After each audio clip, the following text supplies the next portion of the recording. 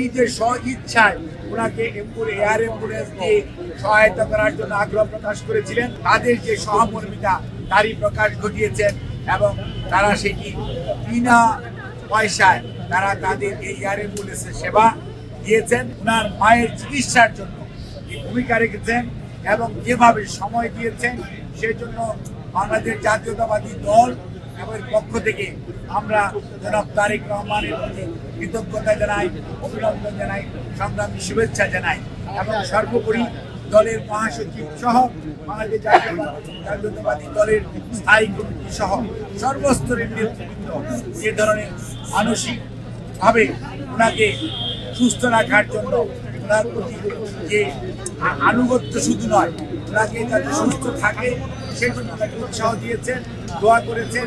এর বাইরেও জাতীয়তাবাদী দলের বাইরে বিভিন্ন রাজনৈতিক দলের সম্মানিত নেতৃবৃন্দ সবসময় ওনার সুস্থতার জন্য সবাই আল্লাহ রাব্বুল আলামিনের কাছে দোয়া করেছেন তাদের নিজ নিজ প্ল্যাটফর্ম থেকে। সেজন্য আমরা সবাইকে ধন্যবাদ জানাই। সর্বোপরি যাদেরকে ধন্যবাদ জানাতেই হয় সেটা হচ্ছে কাতার সরকার, কারণ কাতারের আমির এবং কাতারের অথরিটি, কাতার সরকার ওনার বিদেশ যাওয়া, যদিও পলায়নকৃত স্বৈরাচার দেশের দিকে বিদেশে চিকিৎসা নেওয়ার সুযোগ দেয়নি, কিন্তু দেশের মানুষের কাছে তোনার জনপ্রিয়তা শুধু তাই নয়, আন্তর্জাতিকবাদী ভাবেও উনি কতটুকু যোগ্য এবং কতটুকু সমাদৃত তার প্রমাণ হয়েছে। কাতার সরকার নিজের স্ব-ইচ্ছায় ওনাকে এয়ার অ্যাম্বুলেন্স দিয়ে সহায়তা করার জন্য আগ্রহ প্রকাশ করেছিলেন। সেই অনুযায়ী উনি চিকিৎসার জন্য যেতে পেরেছিলেন 7 জানুয়ারি এবং আজকেও উনি যে কাতারের এয়ার অ্যাম্বুলেন্স আমির এবং কাতার সরকারের আনুকূল্যে উনি এসছেন এবং অনেকেই বিভিন্ন প্রশ্ন করেন, আপনাদের মাধ্যমে জানাতে চাই পুরোটাই কাতার সরকার কোনো ধরনের তাদের যে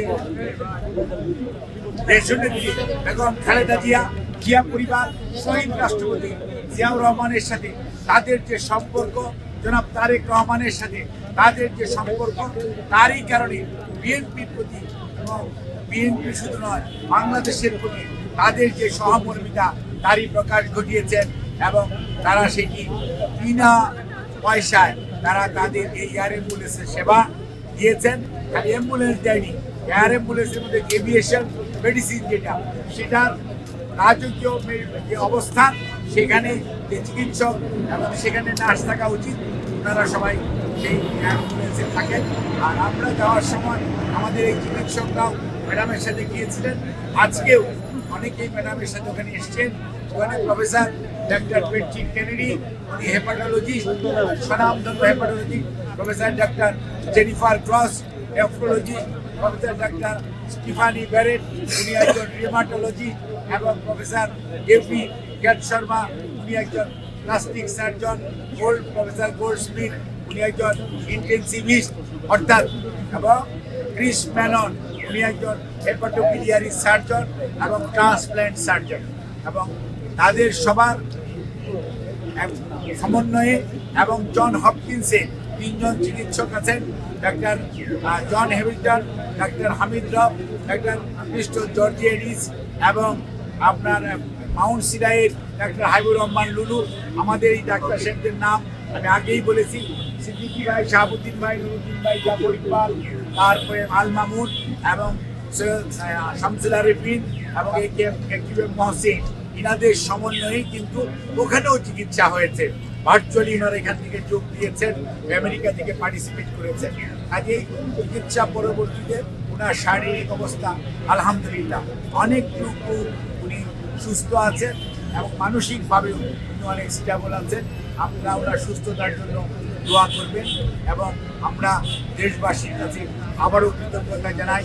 দলের নেতাকর্মী এবং বিভিন্ন রাজনৈতিক দল সহ বিভিন্ন সংস্থা, বিশেষ করে আজকে এই সুশৃঙ্খলভাবে এয়ারপোর্ট থেকে এখানে আসার ব্যাপারে বাংলাদেশ সেনাবাহিনী, র্যাব, বিজিবি, পুলিশ সহ ওনারা যে আইন শৃঙ্খলা রক্ষাকারী বাহিনী দায়িত্ব পালন করেছেন।